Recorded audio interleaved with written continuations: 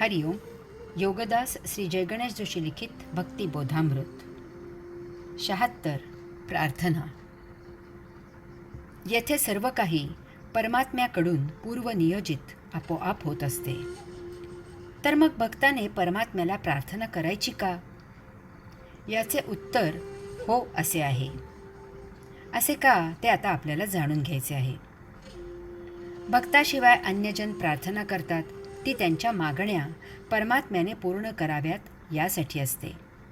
त्यांना वाटते की वर कोणी नियंत्रण करायला बसला आहे, त्याला पूजा विधींची, प्रसादाची, पैशाची, वस्तूंची, मौल्यवान धातूंची लाच दिली की तो आपल्या मनाप्रमाणे आपल्याला जे पाहिजे ते देईल.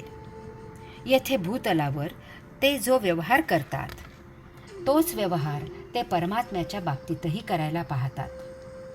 मूर्ख आणखी काय? त्यांना परमात्मा म्हणजे काय याचे ज्ञान नसते. परमात्म्याचाच अंश आपल्या अंतःकरणात आहे. त्याला आपण अंशात्मा म्हणतो. विशेष म्हणजे तेच आपण स्वतः आहोत. प्रार्थनेसाठी धारणेवर, मूर्तीवर एकचित्त झाल्यावर आपल्यामधील आत्मभावना त्या धारणेमध्ये, मूर्तीमध्ये प्रविष्ट होते. तेथे आपल्यासाठी परमात्मा उदित झाल्याची भावना आपल्याला होते. अशा वेळी आपण आपल्याला जे मिळाले आहे त्याची कृतज्ञता व्यक्त करणे म्हणजे प्रार्थना. आपणच कृतकृत्य होतो. आपण धारणेपासून, मूर्तीपासून दूर झालो की तेथील भावना नष्ट होतात. इतरांना त्याचा काही उपयोग नसतो.